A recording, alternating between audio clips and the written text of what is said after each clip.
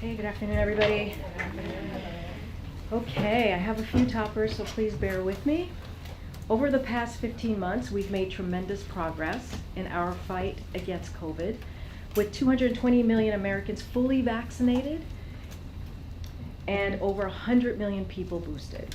We've also moved quickly to ensure Paxlovid, an oral antiviral pill that reduces risk of hospitalization and death by almost 90%, is widely available.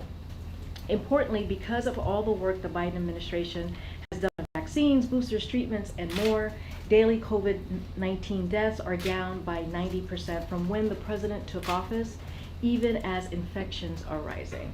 So the tools that the administration has made widely available to the American people are working to prevent serious illness, to keep people out of the hospital, and to save lives.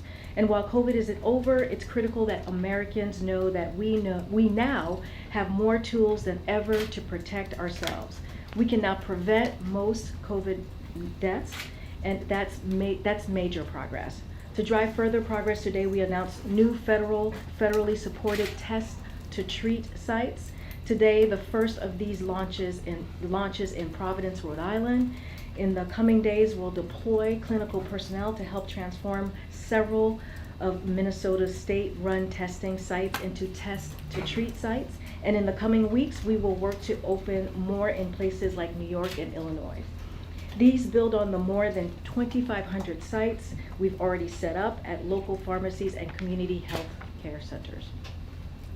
Yesterday afternoon, the governor of Oklahoma signed into law the most extreme piece of legislation to undo a woman's fundamental right to make her own reproductive choices since Roe became law.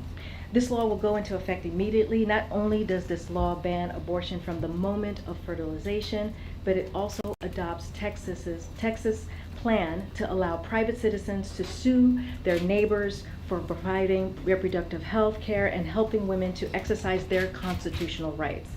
This law is the latest in a growing effort by ultra-MAGA officials across the country to roll back freedoms that should not be taken for granted.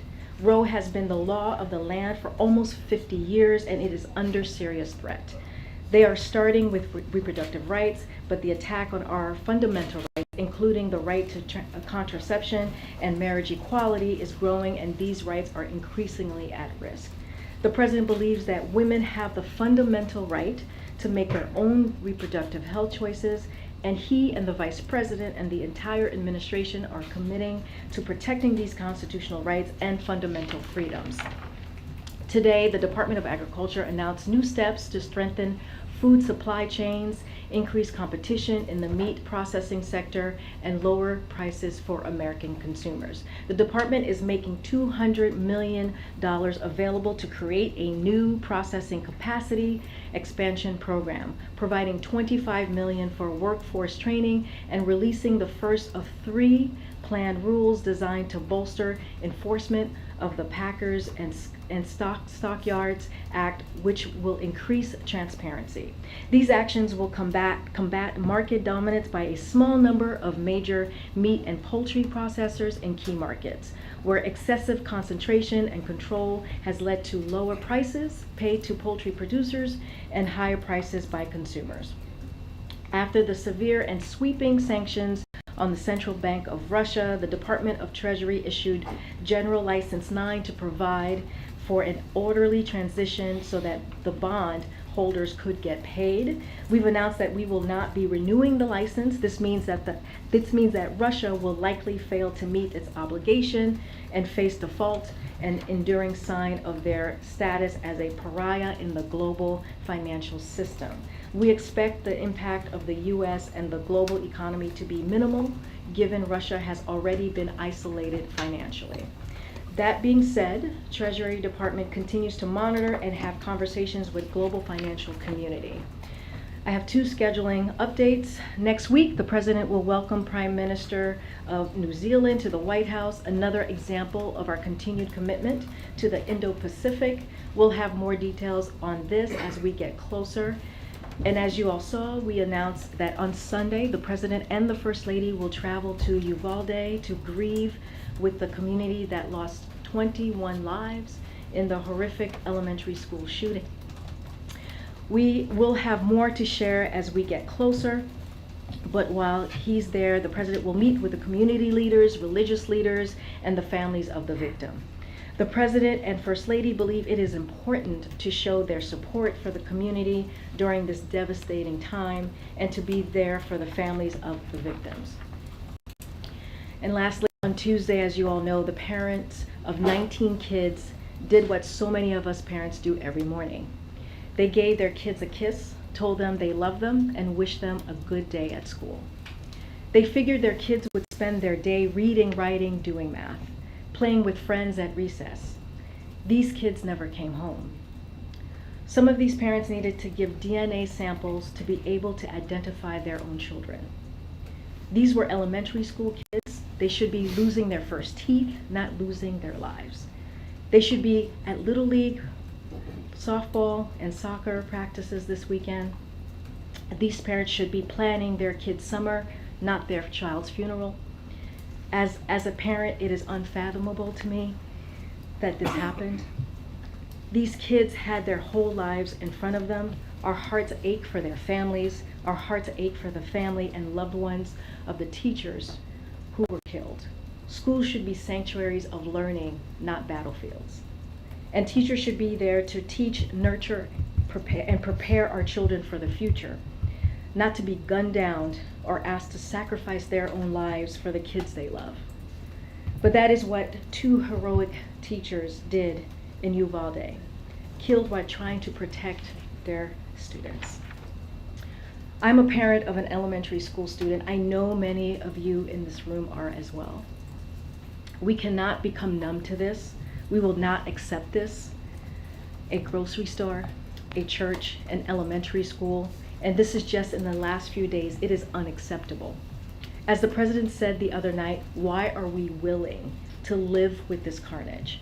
Why do we keep letting this happen? Where in God's name is our backbone? So I ask, how is protecting our children a partisan issue? How is preventing innocent people from being slaughtered controversial? Common sense gun safety laws work. We know this. They save lives. As the president said Tuesday night, when the assault weapons ban passed, shootings went down. They tripled after it was lifted. And let's be clear, the public supports this. They are behind this. Even gun owners, 90% of gun owners support universal background checks, 84% of Republicans, and 80% of NRA members support background checks. As the president said this week, it is time to turn this pain into action. It's time for Congress to act. And with that, Darlene, I will take your question. Thank you.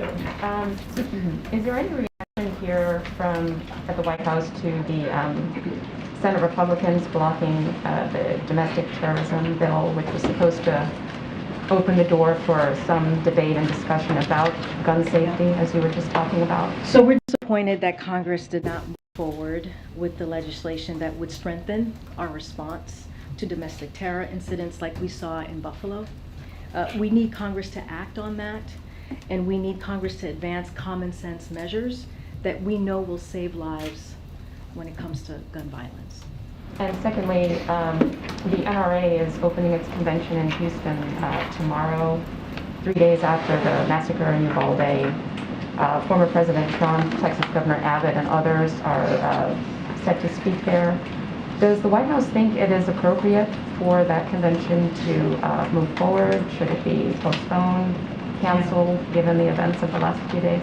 So it's not about the convention. What is inappropriate is that the leadership of the National Rifle Association has proven time and time again that they are contributing to the problem of gun violence, not trying to solve it. They represent the interests of the gun industry, the gun manufacturers, who are marketing weapons of war to young adults. They don't represent gun owners who know that we need to take action. And it's shameful that the NRA and their allies have stood in the way of every attempt to advance measures that we all know will save lives from gun violence. Measures that we know would keep weapons of war out of the hands of people who are terrorizing our communities. So that is what matters, and it is shameful. Yeah, Nancy. Thanks, Karine. Does the president believe that there should be an investigation into the police response to this school shooting? So we've heard of, need some water? You okay? Let us know. The president, we've been watching the reporting on this. The president has the utmost respect, as you all know, for the men and women of law enforcement. Just days ago, he honored the memory of the former police officer, Aaron Salter, in Buffalo, who was killed bravely while trying to stop the shooter at the supermarket. I know that right now authorities are working to piece together more details of what happened in Uvalde, so we won't prejudge the results from here at this time.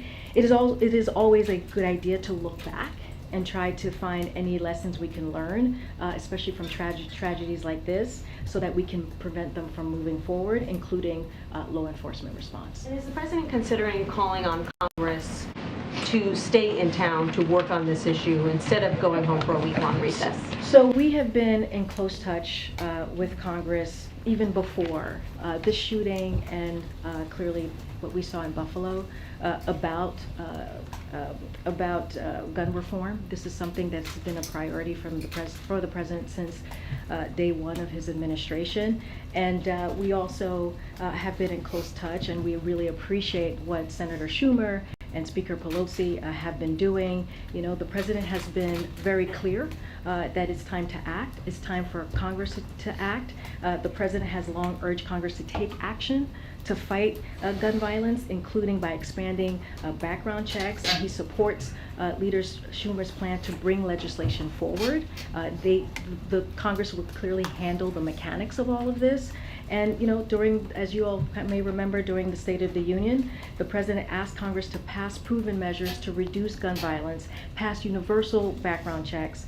Why should anyone on the terrorist list be able to purchase a weapon? Those were what he said just a couple of months ago. So we have an opportunity to do that right now, and we encourage Congress to act. And then finally, the average age of suspects at school mass shootings is 18. Mm-hmm. Would the president support raising the age at which someone can buy a gun to 21? So the president was very clear about this just recently when he said that in his remarks just on Tuesday, that it doesn't make sense for an 18-year-old to legally buy an assault weapon. And so he made very clear on Tuesday after he landed from Asia and had to deal with such a devastating news that happened in Texas. Yeah. Thanks, Karine. There was a bipartisan group of senators, 9 senators, that met today. Does the White House have any confidence that this group could reach a meaningful agreement? And does the White House plan to get involved with those negotiations? Would the president bring that group down while they're having these talks and meet with them? So I don't have anything to preview for you as to any upcoming meetings that may be happening at the White House this week or next week or in the coming weeks. We really, truly, as I said, leave it to the mechanics up to Senator Schumer and Speaker Pelosi.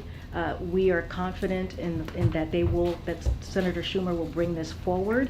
And again, it is time for Congress to act. This is what the president has been calling for since the beginning of his administration, and that's what we want to see, and that's what we encourage Congress to do. And Senator Schumer has signaled that they have roughly 10 days to get to a conclusion. Is that a timeline that the White House wants to see? And if at the end of that 10 days there is no agreement, the White House wants to see the Senate move forward on the 2 House passed bills? Again, we leave the mechanics to Senator Schumer. We want to see action. That is what we're calling for. But again, we leave it to the leadership, the Democratic leadership, to figure out how they're going to move this forward. One quick one. Can you give us any sense, has the president talked to other officials in Texas since Tuesday of who he's talked to on the phone about what happened down there? I don't have any calls to preview. Clearly the president is very much, and the First Lady is looking forward to meeting with the families, community leaders when they're there on Sunday. We have been trying to give the family some time to grieve, as this just happened 2 days ago. But again, he's going to see them on Sunday and have that opportunity to offer comfort. Are you getting any sense that this time it's different, that there's a different climate on Capitol Hill that might be inclined to do some things? So I'll say this, Steve. You know, we have seen 2 horrific tragedies in just 2 weeks. Hours before the shooting, many of the 19 kids who were killed in Texas, Uvalde, were being awarded certificates of the Robb Elementary's honor roll ceremony as part of the end of the school year. Today would have been their last day at school, and for the school year. In Buffalo, on the same day that this happened just 2 days ago, 2 of the 10 people who were killed while going to the grocery store on a Sunday, like many of us do, were being buried and honored by their families. I'm talking about Aaron Salter, the security officer who first responded, and Celestine Cheney, a mother and grandmother of 6, were being buried by loved ones right in Buffalo on that same day. So America has more guns than people in this country. If more guns were indeed the solution, we would be the safest country in the world, but we are not. And so the president has been very clear. He wants action. He wants Congress to take action. He wants to turn this pain into action. And I hope the Senate, and particularly those who have been unwilling to act in the face of previous tragedies, will act now. And that's what we are hoping and urging Congress to do.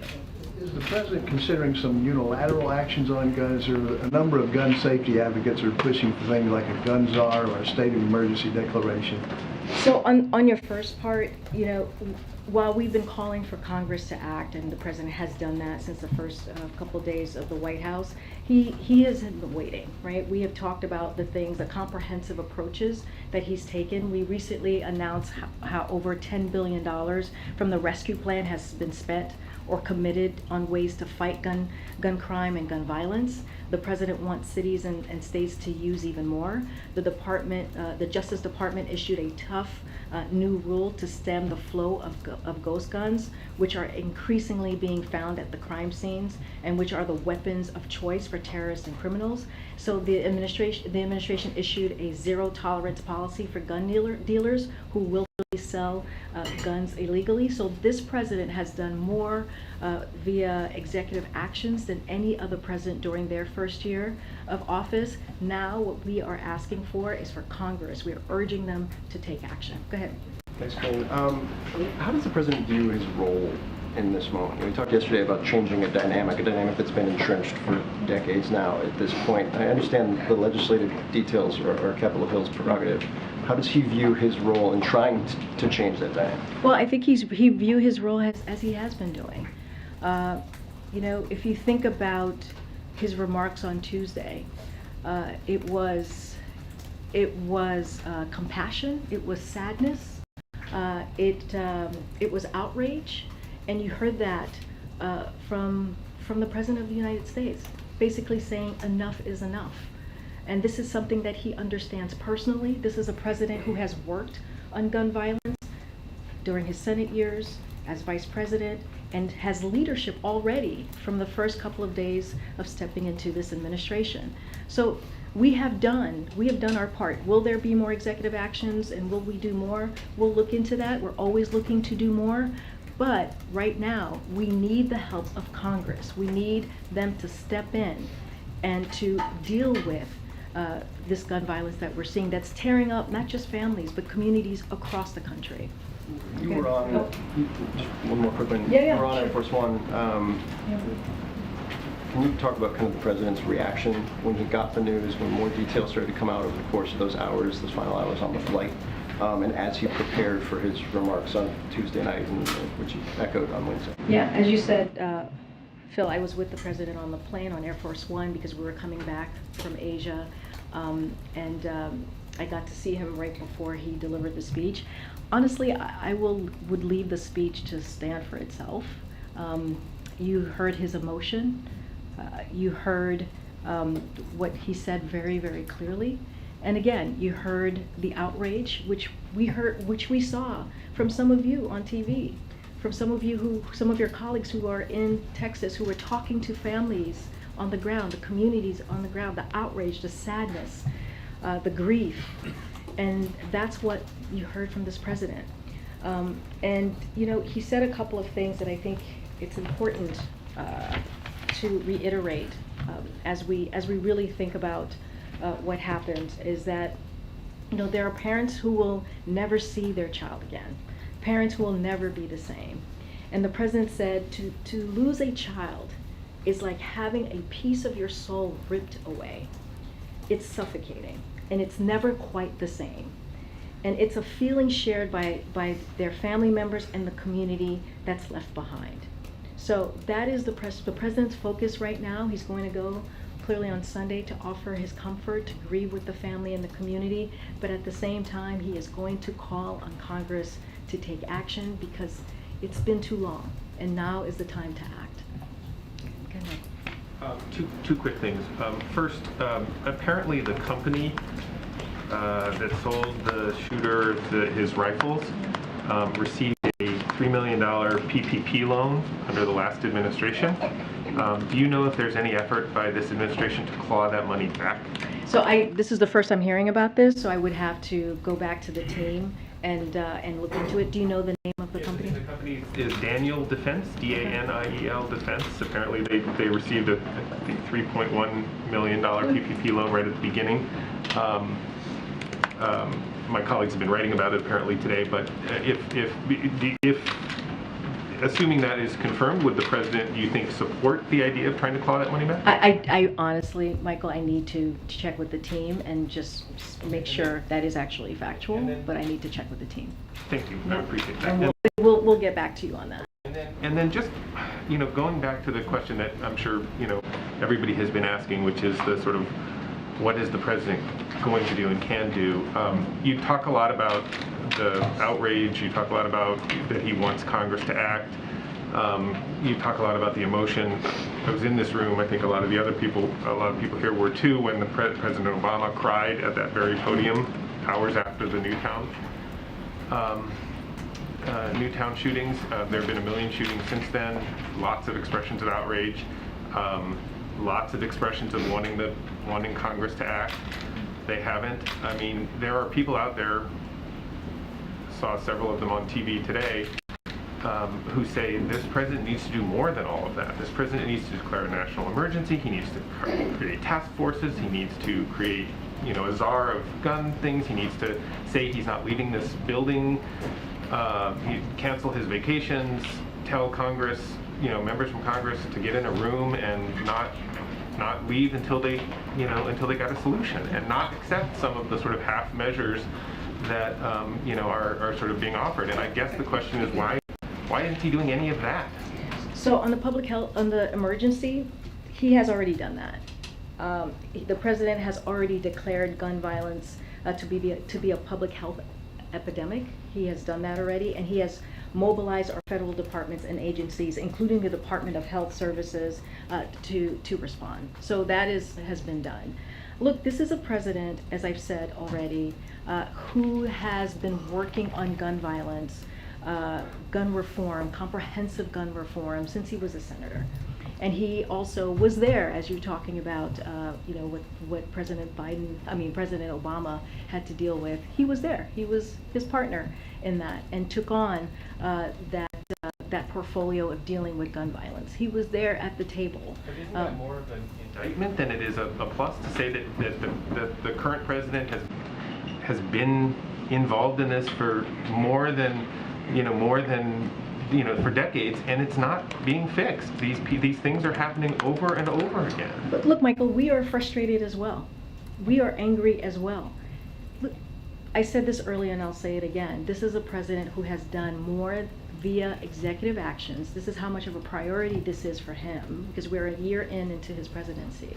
More via executive actions than any president in their first year. But many of those are not directly right, related which is to the why issues of mass shootings. They may be directly related to guns, and that's important, I'm not saying, but right. They're not directly related to... Well, this is why we're calling on Congress to act. The president is doing what he can, right, from here, from the White House. And he has said he cannot do this alone. He's been very clear. He understands we need to do more. But Congress also has to act.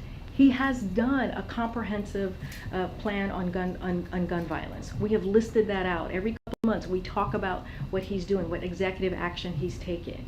And now he is saying Congress needs to act. But he has been saying that for some time. To the back, please. Karine, give me 1 second. I want to follow up on this idea because the president campaigned on a promise to be able to bring Democrats and Republicans together to get the hard things done. Why has he not been able to bring them together to make this a legislative priority to even get a small measure done when it comes to? Well, I think that's what Senator Schumer is trying to do. Yeah, but why not do that in the early days of his presidency? Well, we have been talking to Congress before these two shootings that have been clearly very public and very devastating and horrific in this past 2 weeks. We are doing it now. Look, we know that this is not easy. We're not saying that this is easy. And the president is doing everything that he can to get this done. But we are going to continue to call on Congress to act. Does this now move to the top of his It's a legislative priority. priorities above Build Back Better, above COVID relief? Does this now need to be the singular focus of all of Washington, D.C.? Kristen, I would argue that this has been a top priority from the time. Singular focus for the president and lawmakers. I'm not going to list out the 1, 2, or 3 of priority. What I can tell you is this has been a top priority. Literally, he started working on this the first couple of days he walked into this office. And you're getting a lot of questions about the czar. I guess just to ask to ask it a different way, former President Obama appointed then Vice President Biden to take control of this issue. Are there any discussions? Is the president considering tasking his vice president with trying to get something done on this issue? Look, we have Ambassador Susan Rice, who is the president's domestic policy advisor, as you all know, and she is coordinating the president's whole of government approach to reducing gun violence. She has decades of experience coordinating interagency processes in the federal government. There's no one better at bringing department heads to the table to drive the process.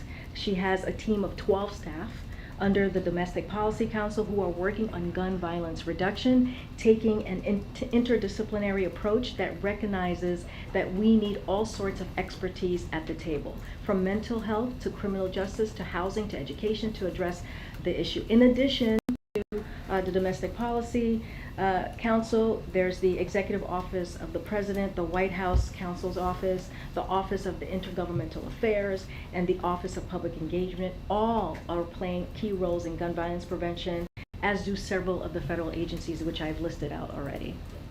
Karine, given everything you just laid out, and the president said yesterday he will use every tool that's available, and I guess why hasn't he stood up a task force, an interagency task force on preventing gun violence? He has done it dozens of times on everything from COVID to unionizing since the start of his presidency.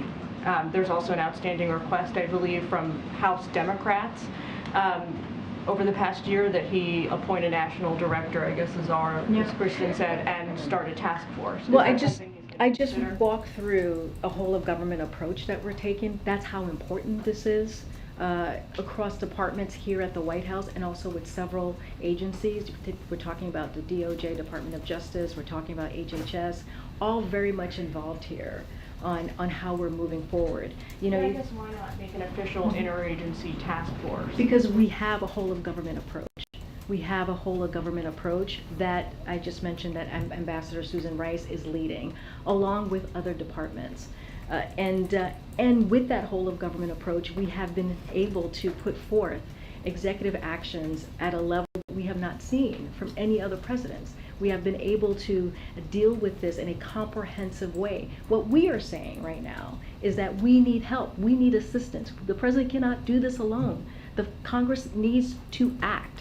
They need to pass legislation so that we can deal with this on a federal level, legislative level. Last question, is the president making any, or is he considering calling or reaching out to the BORTAC agent who was injured in Uvalde while he was protecting students during the shooting? I don't have anything to preview or read out for you.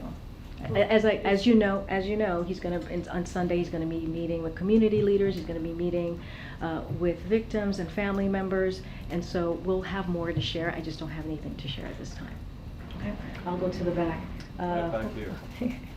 Go ahead. Go ahead. It's hard to. I would like to ask you a question about the school shooting, but before that, I want to ask you a quick one about the FDA and the baby formula shortage there. It's lasted months, and we're not just talking about baby formula either. There are infants, children, and adults with different metabolic disorders who are risking permanent irreversible damage the longer they go without special formulas. that are manufactured at Abbott Nutrition. I'm wondering, does the president have confidence in the FDA's ability to deal with situations like this? And as he's been monitoring the situation, does he still have confidence in his FDA? Yes, yes, and yes. So the FDA has an important mission, right? Is to make sure that the infant formula on the shelf isn't just available, but also that it's safe. And as a parent, I understand the frustration. I understand the fear of not knowing if you have safe and healthy food, baby formula in this case, for your kids. Unlike, Republicans in Congress and the previous administration, the president believes that FDA, and particularly its food division, needs to be well resourced to do its critical work and do regular annual inspection. So we have to just take a little bit of, just give me a second here, take a step back. The current shortage exists because Abbott closed, as you know, a facility in Michigan due to safety concerns from the FDA. A facility that was a major producer of specialty formula, as you're asking me about, right? And so FDA has an obligation to protect the American people, and that's what Dr. Califf is going to be doing at the helm.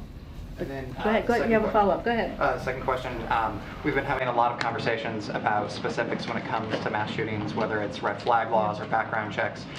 Getting down to brass tacks though, what does the president believe at this point is the purpose of the Second Amendment? And does he think that, given some of the tragedies that we've seen, that there should be a discussion about, its ultimate purpose and whether or not it's currently in date? So the president's been very clear. What he is calling for is common sense gun reform.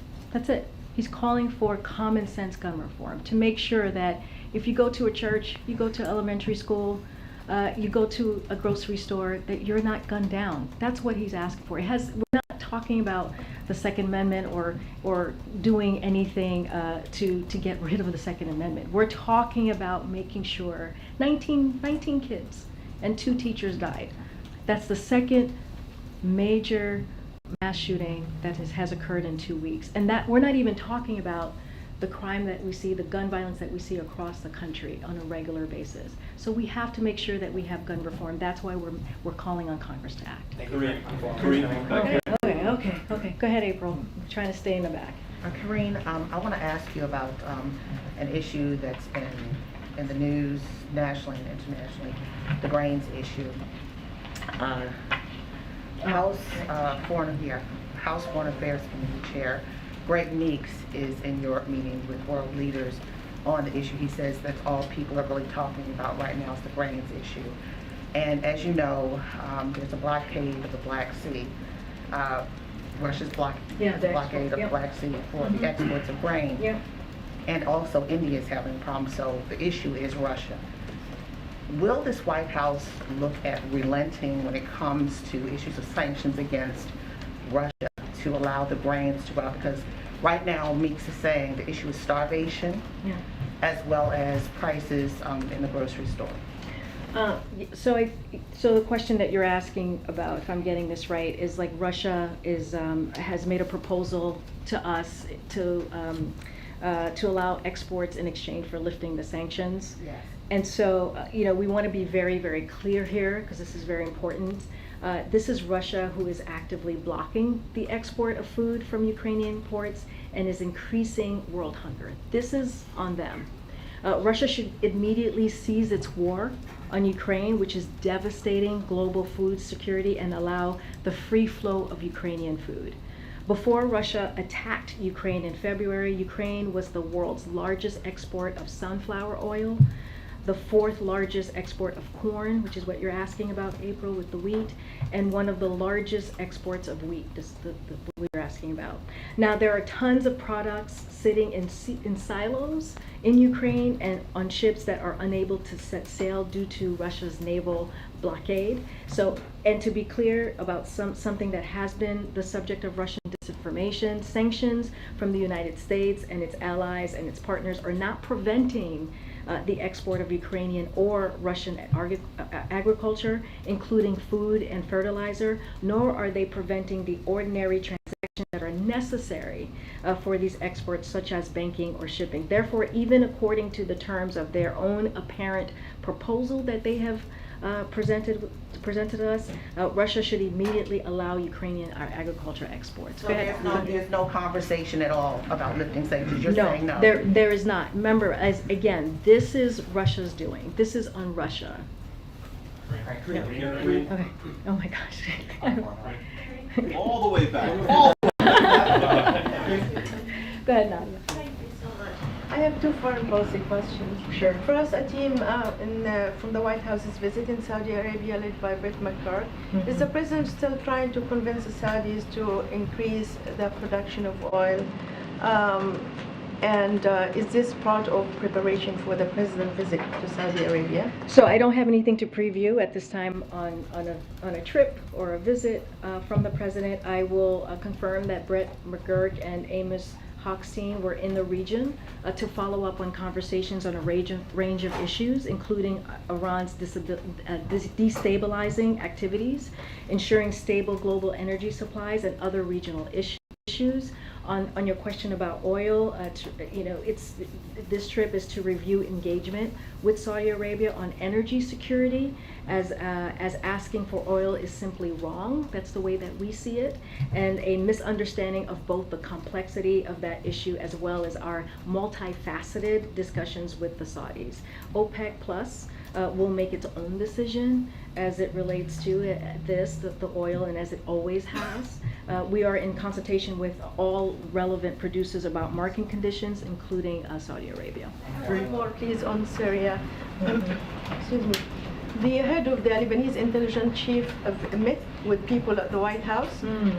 He told me in an interview that he raised the question of American hostages in Syria held by the Syrian regime.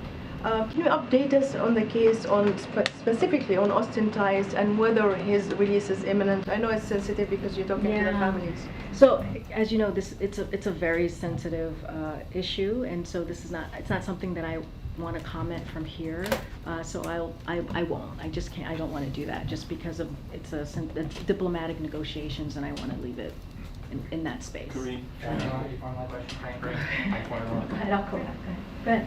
Has the White House detected any mood shift that makes you optimistic after this shooting that something's finally going to happen, that something's finally going to get passed after 19 children were shot down? So, we don't have our finger on the pulse on the mood. What we can do is continue to fight for American families, for American communities, as we see the violence that has, especially the two major tragedies that we've seen these last 2 weeks, and call on Congress to act.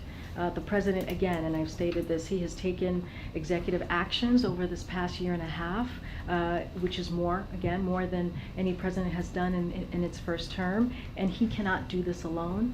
And so he is going to leave it to Senator Schumer, who is going through the mechanics of what that's going to look like, moving legislation forward. And so we appreciate their efforts, we appreciate his effort, we appreciate the speaker's effort, and we're going to continue to have those conversations as we have been throughout this past year and a half.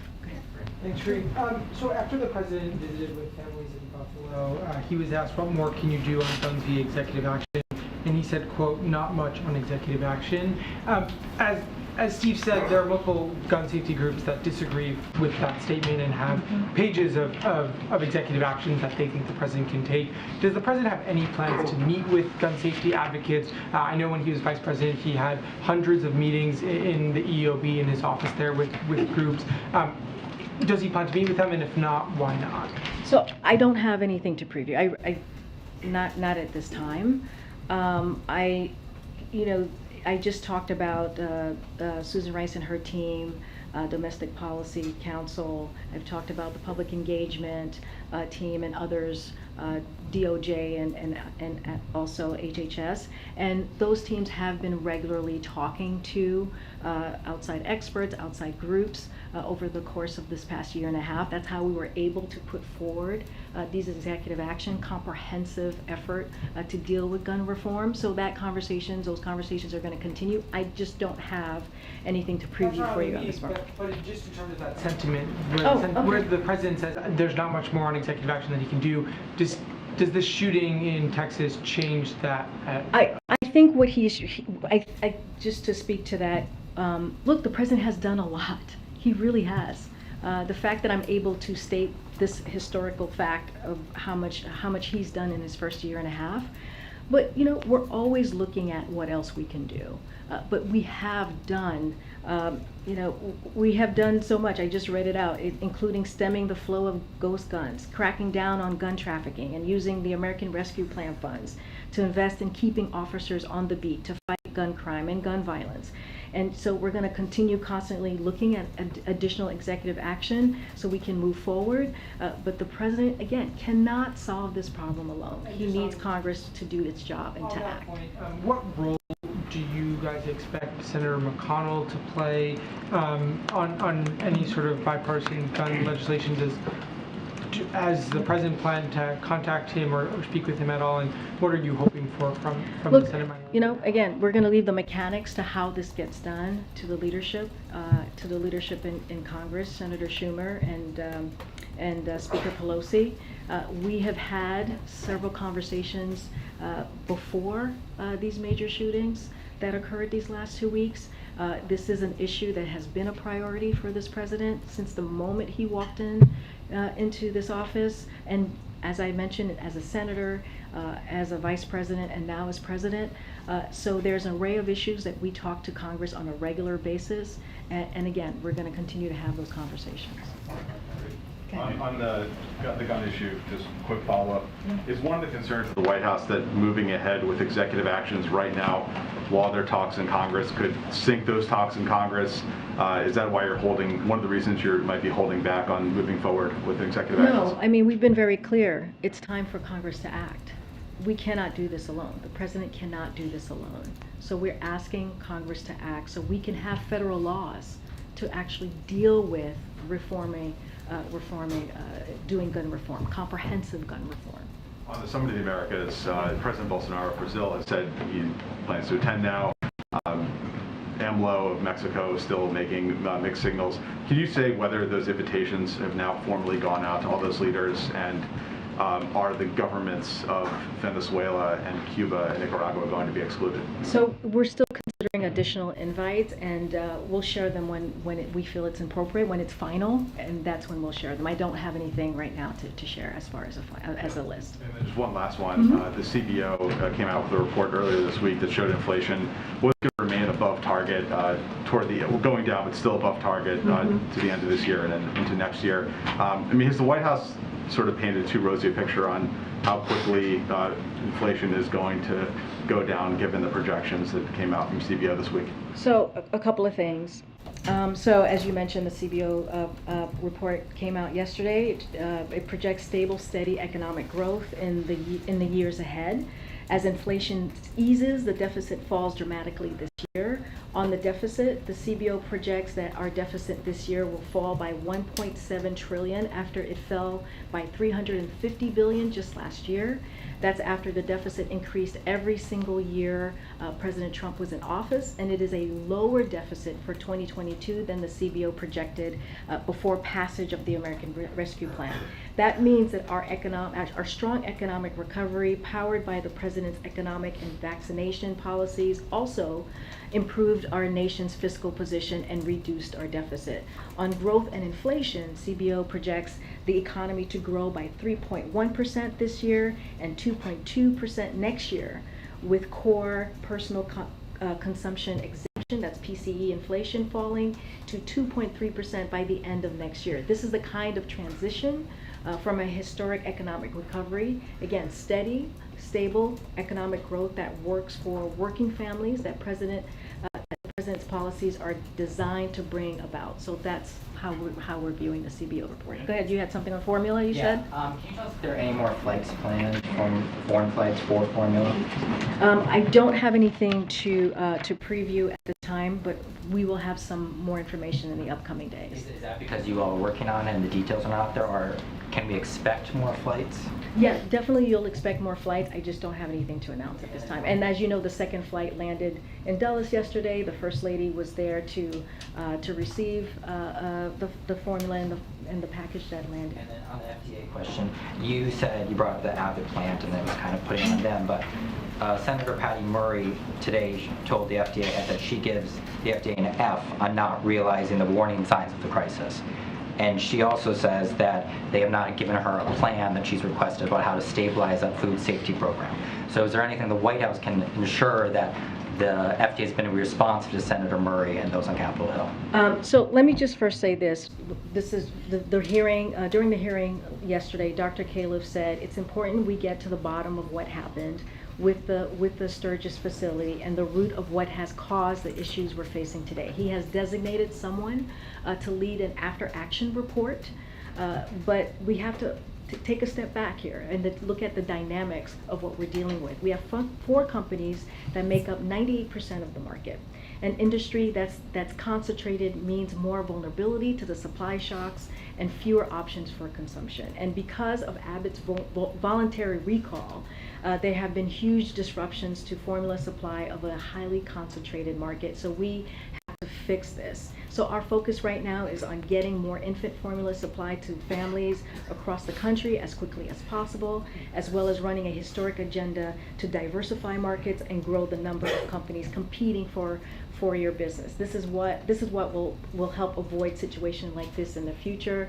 But he has said it is important to get to the bottom of this and has appointed someone to do that. Thanks, Karine. Okay, thank you, everybody. Thank you.